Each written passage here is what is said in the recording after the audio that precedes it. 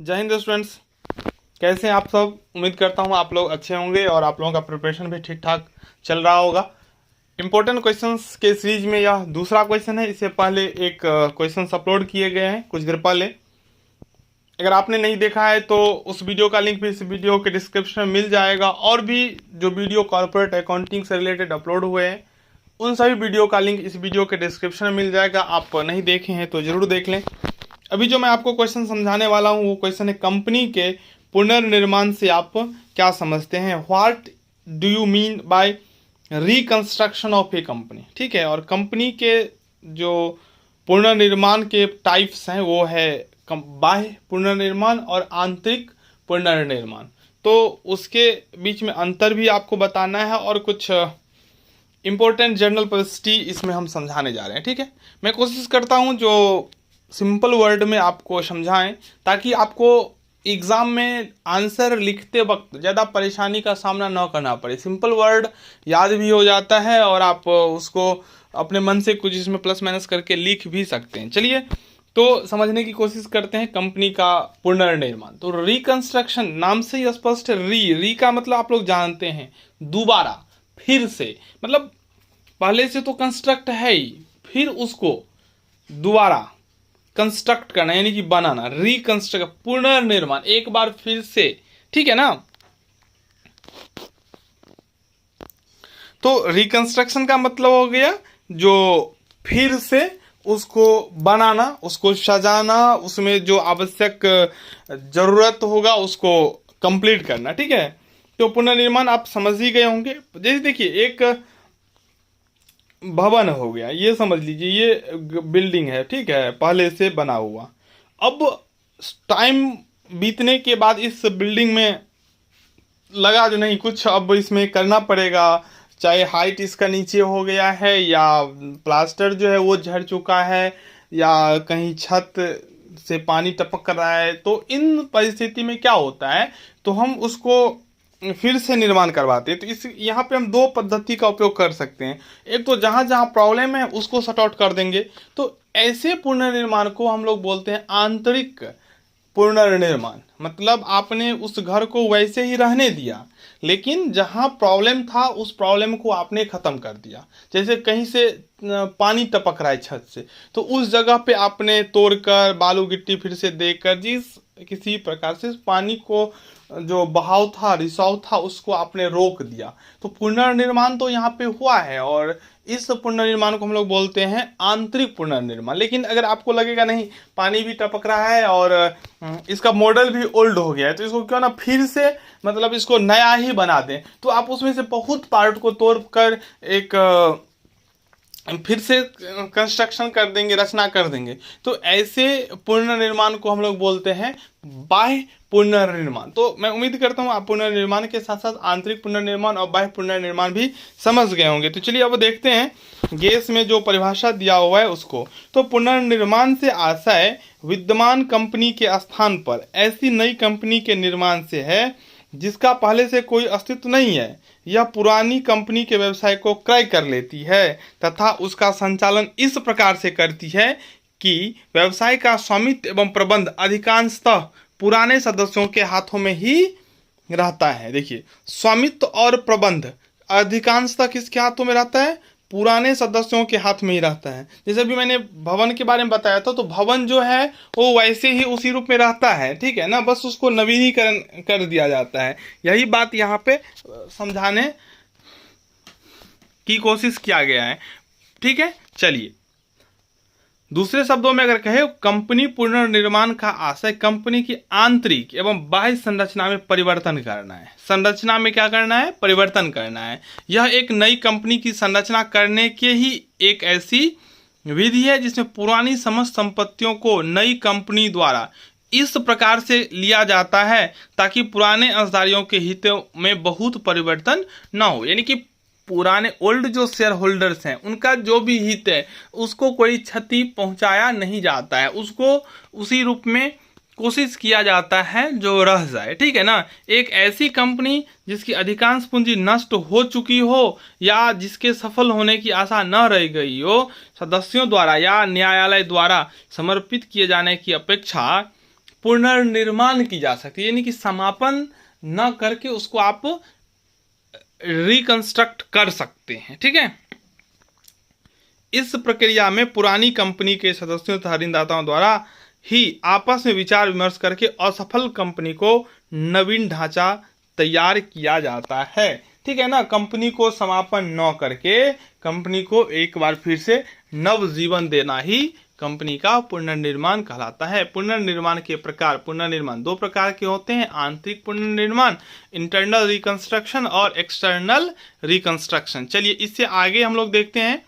तो आंतरिक पुनर्निर्माण एक ऐसी प्रक्रिया है जिसके अंतर्गत संपत्तियों का पुनर्मूल्यांकन, दायित्वों का पुनः आकलन, हानियों का आलेखन तथा अंशों के चुकता मूल्य में कमी इत्यादि के द्वारा कंपनी की व्यवस्था का पुनर्गठन किया जाता है। मतलब इसमें ज्यादा लटफेर नहीं होता है, इसे बस एसेट्स लायबिलिटी का रिवैल्यूएशन करके, हानि का अपलेखन करके यानी कि लॉस को राइट ऑफ करके, अंशों के चुकता मूल्य में कमी, ये सब काम करके व्यवस्था को क्या किया जाता है, पुनर्गठित किया जाता है। इसका जो विशेषता है वो समझ लीजिए क्या है।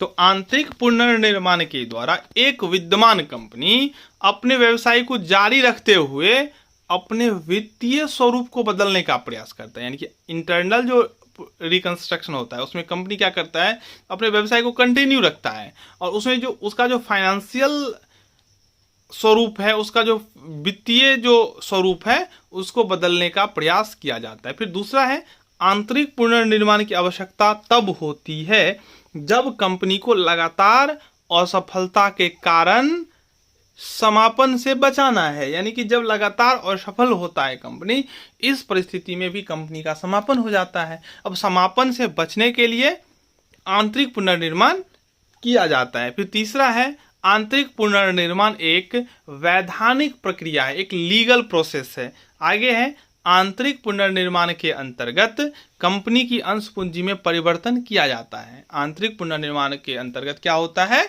तो कंपनी की जो अंश पूंजी होते हैं उसमें चेंजेस कर दिया जाता है, परिवर्तन किया जाता है। इस परिवर्तन के अंतर्गत कंपनी अपनी अंश पूंजी की मात्रा को बढ़ा सकती है, अंश पूंजी की मात्रा को घटा सकती है, स्टॉक को परिवर्तन कर सकता है, ठीक है, अंशों का जो है समेकन कर सकता है। ये सब काम इसमें किया जा सकता है। फिर है पूंजी में कमी लाकर आंतरिक पुनर्निर्माण संभव है, अर्थात गत वर्षों में हुई हानियों के अपलेखन द्वारा, यानी कि प्रीवियस ईयर के जो लॉस होते हैं उसको राइट ऑफ करके रिकंस्ट्रक्शन पॉसिबल है।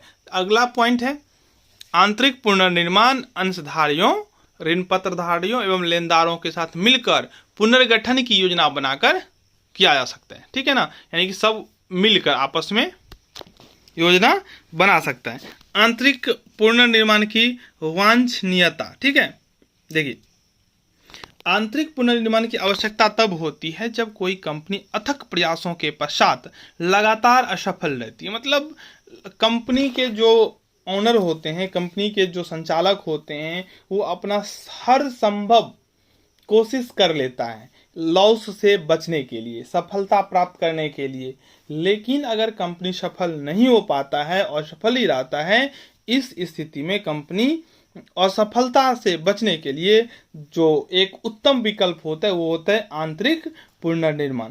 आंतरिक पुनर्निर्माण के द्वारा कंपनी को अवसर प्राप्त होता है कि वे अपने आर्थिक स्थिति में क्या कर लें, सुधार करके कंपनी को पुनः सफलता के मार्ग पर ला सके।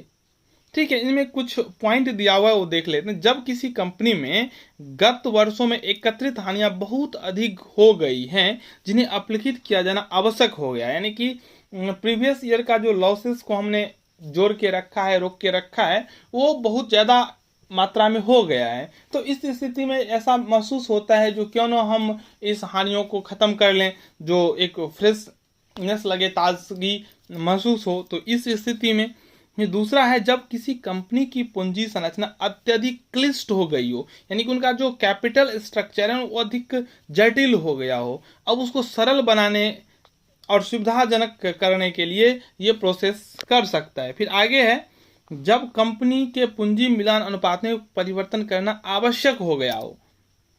ठीक है, फिर आगे जब कंपनी के अंशों के अंकित मूल्य में परिवर्तन की आवश्यकता हो, अंकित मूल्य परिवर्तन पूंजी मिलान में परिवर्तन, फिर पूंजी संरचना अधिक जटिल हो गया हो या लगातार हानि को अपलिखित करना हो, इन सभी परिस्थितियों में कंपनी कहाँ पहुंचती है? तो पुनर्निर्माण की प्रोसेस में, ठीक है।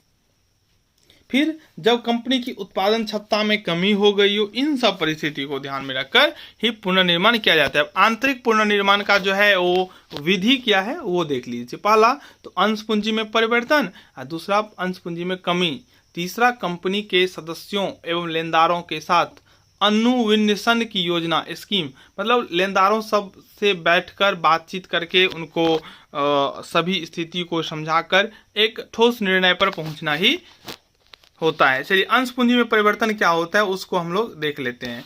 कंपनी अधिनियम 2013 की धारा 61 के अनुसार अंशों द्वारा सीमित एक कंपनी अपनी अंश पूंजी में परिवर्तन कर सकती है। अंशों द्वारा सीमित एक कंपनी अपनी अंश पूंजी में क्या कर सकती है? तो परिवर्तन कर सकती है, बशर्ते पार्षद अंतर नियमों द्वारा उसे अधिकार प्राप्त हो। पार्षद अंतर नियम में कंपनी के जो नियम होते हैं वो लिखे होते हैं, तो उस नियम में यह अधिकार हो, वहां पे लिखा गया हो जो अंश पूंजी में परिवर्तन कर सकता है, तो इस प्रकार से वो अपना पूंजी परिवर्तन का प्रारूप कोई निम्न में से अपने फॉलो कर सकते हैं। पहला, नए अंशों के निर्माण द्वारा अधिकृत अंश पूंजी को बढ़ाना, increase in authorised share capital जो सबसे बड़ा पूंजी होता है, अंश का स्टॉक में परिवर्तन करके, और निर्गमित अंशों का विलोपन कर दे, cancellation of unissued share capital. फिर कम मूल्य वाले अंशों का अधिक मूल्य वाले अंशों में समेकन, विद्यमान अंशों का कम मूल्य वाले अंशों में उपविभक्त कर देना, इन सब प्रोसेस से वो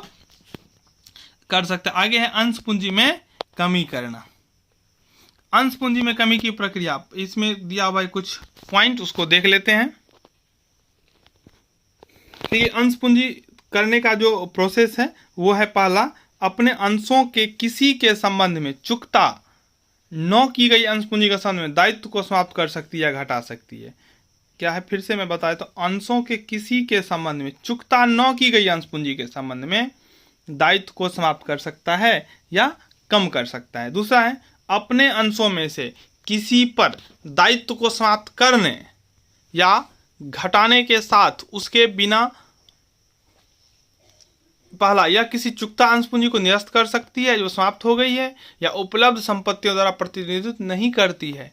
फिर दूसरा पॉइंट आता है इसमें, यह किसी चुकता पूंजी का भुगतान कर सकती है जो कंपनी की आवश्यकता से अधिक है। किसी चुकता पूंजी का भुगतान कर सकते हैं, पेड अप कैपिटल का पेमेंट कर सकते हैं जो कंपनी के लिए आवश्यकता से ज़्यादा हो गया हो। अगर आवश्यकता ज़्यादा हो गया हो, अगर पेमेंट कर देंगे तो कम हो जाएगा। इसके पश्चात यह पार्षद सीमा नियम के संशोधित कर सकती है और अपने अंश पूंजी तथा अंशों को तदनुरूप कम कर सकती है। बाह्य पुनर्निर्माण क्या होता है? देखिए, जब एक विद्यमान कंपनी आर्थिक कठिनाइयों के कारण, कई वर्षों से होने वाली लगातार हानियों के कारण या अन्य किसी कारण से अपना समापन करती है और इसे लेने के लिए दूसरी नई कंपनी का निर्माण करती है, तो इसे कंपनी का बाह्य पुनर्निर्माण करता है। बाह्य पुनर्निर्माण क्या होता है?